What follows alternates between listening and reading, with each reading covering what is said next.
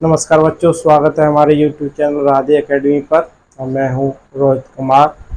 आप जैसे कि आप जो चैप्टर पढ़ रहे हैं वो जैव विकास के बारे में पढ़ रहे हैं और जैव विकास की अवधारणाओं के बारे में आप पिछली वाली वीडियो में पढ़ चुके हैं। जैसे कि अलग अलग वैज्ञानिकों ने बताया कि जीवन की जो उत्पत्ति हुई है या पृथ्वी का जो विकास हुआ है वो कैसे हुआ है, और हर वैज्ञानिक ने अपना अपना मत दिया है। ओपेरियन ने अलग दिया, मिलर ने अलग दिया, तो कई ऐसे हमने आपको पिछली क्लास में पढ़ाया कि उन्होंने अपने अपने मत को कैसे दिया। अब हम बात करेंगे कि विकास के परिणामों के बारे में, कि हमें कैसे पता चलता है कि जीव जो पहले थे वो कैसे जीवित थे और पहले कैसे उपस्थित थे। तो उसके बारे में हम बताएंगे कि जैसे कि आपको कुछ परिणाम ऐसे मिलेंगे, जैसे कि डायनासोर हमने देखे तो नहीं है, उनके जो अवशेष, उनका जो बॉडी का जो स्ट्रक्चर हड्डियों के रूप में जो हमें प्राप्त हुआ, उसी का तो हमने अध्ययन किया, जिससे कि हमें पता चलता है कि इतने समय पूर्व वो यहाँ उपस्थित थे और वो कहाँ दब गए, चट्टानों में दब गए, मिट्टी में दब गए, और कुछ समय बाद उनके हमें अवशेष प्राप्त होते हैं। इससे हमें ये पता चलता है कि हमारे समय से पहले ये जीव वहाँ पर उपस्थित थे। तो उनके परिणामों के बारे में आप अध्ययन करेंगे।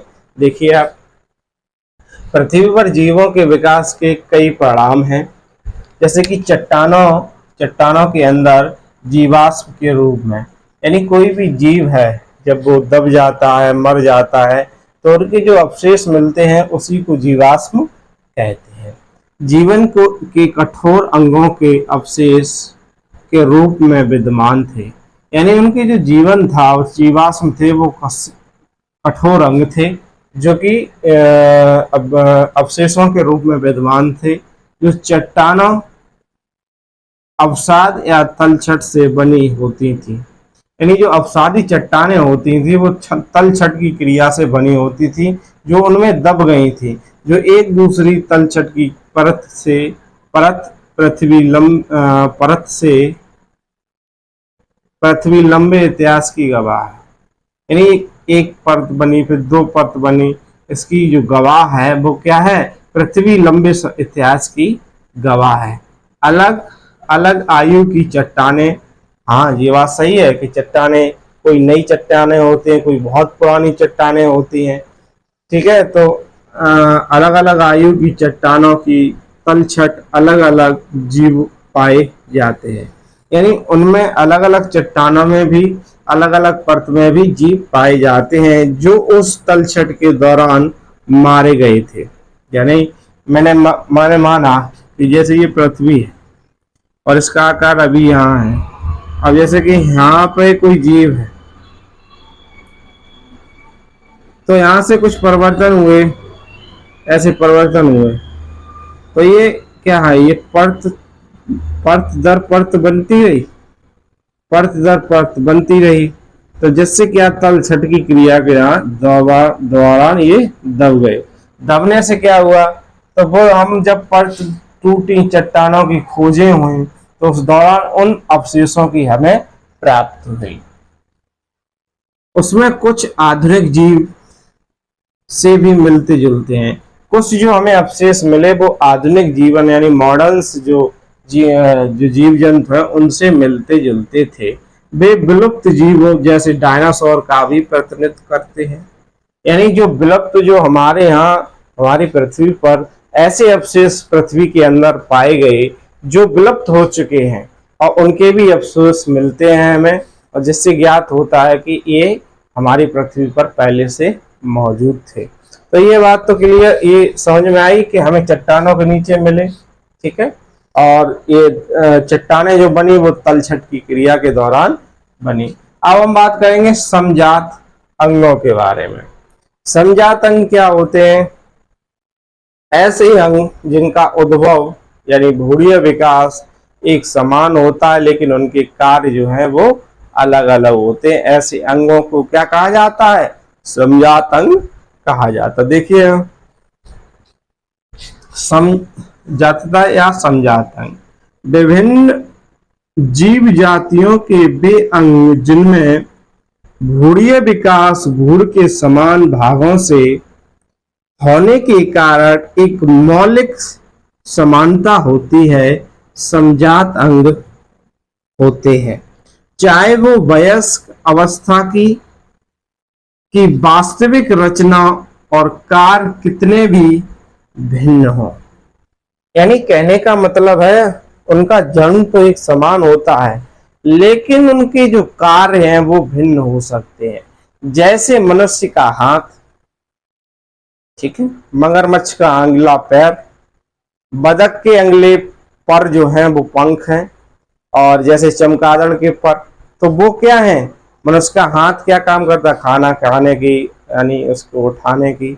बतख का पंख क्या करता है, उसको उड़ाने का कार्य करता है। लेकिन जो उनका उद्भव है वो एक समान होने के कारण ही हम उन्हें क्या कहते हैं, समजात अंग कहते हैं। लेकिन उनके कार्य अलग हो सकते हैं, यानी उनका जन्म एक जैसे ही एक समान ही हुआ। जैसे कि मनुष्य का हाथ, बतख का पंख, मगरमच्छ का पैर, कई ऐसे आपको उदाहरण। जैसे समजात अंग समझ गए, दोबारा समझिए। ऐसे अंग जिनका जैसे मैंने फिर लिखी है, एक छोटी सी डेफिनेशन मैं बाद में बताऊंगा।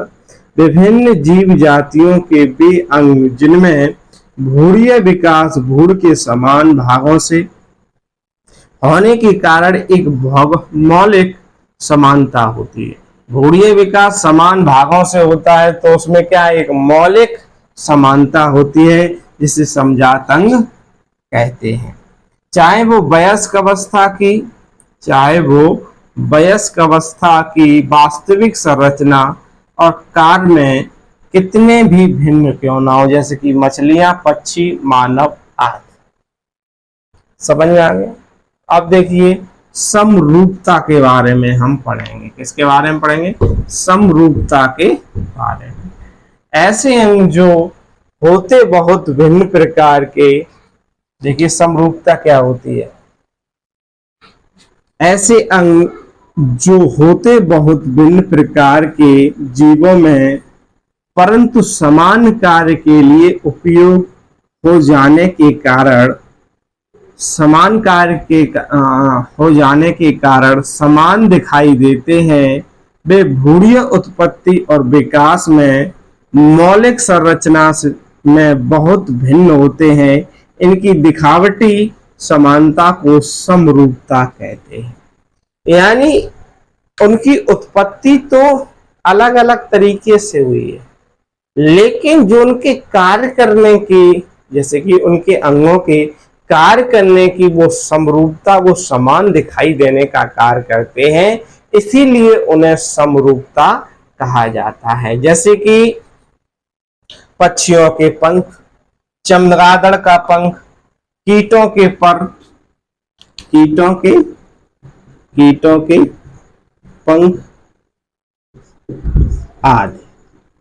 यानी कहने का मतलब ये है कि इनकी उत्पत्ति जो हुई है वो तो अलग अलग हुई है, लेकिन जो इनके कार्य के आधार पर, उनके कार्यों के आधार पर हम मौलिक संरचना में बहुत भिन्न होते हैं, लेकिन उनकी दिखावटी समानता को समरूपता कहते हैं। वो दिखाई देते हैं, इसलिए उन्हें समरूपता कहते हैं। कहने का मतलब पक्षियों का पंख अलग होगा, चमगादड़ का अलग होगा, लेकिन कीटों का अलग होगा। इनका कॉमन सब्जेक्ट ये है कि ये सभी उड़ते हैं, इसलिए वो समरूपता को दर्शाते हैं कि उड़ने वाले पक्षी तोता भी है और बतख भी है, बतख सॉरी उड़ती नहीं है, बतख भी है, कीट भी है, तितली भी है।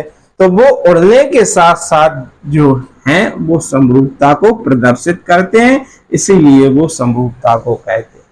ठीक है, समझ में आ गया।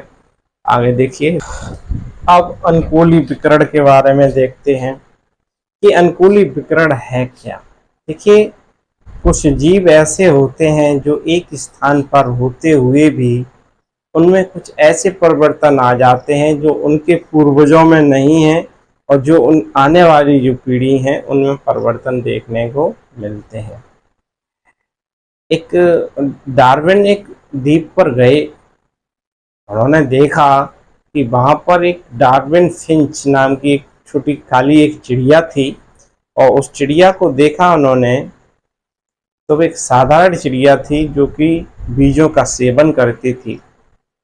फिर उन्होंने उसका भ्रमण किया और देखा तो उसी जगह एक चिड़िया ऐसी भी है जो उसमें परिवर्तन हुआ है। वही उसकी चोंच में थोड़ा सा परिवर्तन आया, घुमावदार चोंच हुई और वो कीट बच्ची चिड़िया बनी। तो और जबकि वो एक ही द्वीप पर रह रही, एक ही पर्यावरण में रह रही, तो ये अनुकूली परिवर्तन के कारण संभव हुआ कि एक ही जात के जीव होने के साथ साथ वो कीट बच्ची है और वो शाकाहारी है। उसकी चोंच में परिवर्तन आया, क्योंकि ये अनुकूली परिवर्तन के बिना संभव नहीं है। देखिए, अब इसे आप पढ़ें। देखिए, अनुकूली परिवर्तन है क्या। देखिए, एक विशेष भूगोलिक क्षेत्र में विभिन्न जातियों के विकास का प्रक्रम है। वहां पर कई प्रकार की जातियां रह सकती हैं, जो विभिन्न प्रकार की जातियों के विकास का एक प्रक्रम है। एक बिंदु से शुरू होकर अन्य भूगोलिक क्षेत्रों तक प्रसारित होने को अनुकूली विकरण कहा जाता है। यानी ये बात सुनना, एक बिंदु से शुरू होकर अन्य भूगोलिक क्षेत्रों तक प्रसारित होना, यानी जो उसमें विशेषताएं हैं वो विशेषताएं एक स्थान से दूसरे स्थान तक पहुंचाना, यानी उनको ट्रांसफर करना ही अनुकूली विकरण कहलाता है। क्या कहलाएगा कि जैसे कि भाई विशेषता इसके पास ये है कि ये क्या करता है, ये लड़का चल लेता है, तो ये लड़का क्या करेगा कि अन्य लड़कों को ये सिखाने का कार्य करेगा, ये दूसरों को सिखाने का कार्य करेगा। तो ये इससे क्या करेगा, एक कोई द्वीप है उस पर संपूर्ण चलने की प्रक्रिया लागू हो जाएगी। या ये कोई अच्छी कला बना लेता है तो अपनी कला को प्रसारित करने के लिए क्या करेगा, वो दूसरों को कला सिखाएगा, फिर वो तीसरे को सिखाएगा। इस तरीके क्या होगा, वो जिस टापू पर रह रहे हैं उस टापू पर संपूर्ण वो अपने प्रकाश को फैलाने का कार्य करता है। ऐसे ही क्या है कि जो विभिन्न एक बिंदु से शुरू होकर अन्य भौगोलिक क्षेत्रों तक प्रसारित होने को ही अनुकूलन कहते हैं। ये कला को देगा तो ये क्या है, ये अनुकूलन का कार्य कर रहा है। अब देखिए, यहाँ एक उदाहरण दिया गया है डार्विन ने अपनी एक यात्रा की। डार्विन ने अपनी यात्रा के दौरान एक गैलापेगो द्वीप गए। वहां पर उन्होंने देखा कि एक काली छोटी चिड़िया जिसका नाम डार्विन फिंच है, उन्होंने महसूस किया कि उसी द्वीप के अंतर्गत विभिन्न प्रकार की फिंच भी पाई जाती है। ये इसी द्वीप पर विकसित हुई थी। ये बीज बच्ची थी, यानी ये बीजों को खाने वाली थी। विशिष्टताओं के साथ साथ अन्य रूप में बदलावों के कारण, उसके रूपों में बदलावों के कारण अनुकूलित हुई और चोंच के ऊपर उठने से जैसे परिवर्तन ने इसे कीट बच्ची एवं मांसाहारी बना दिया।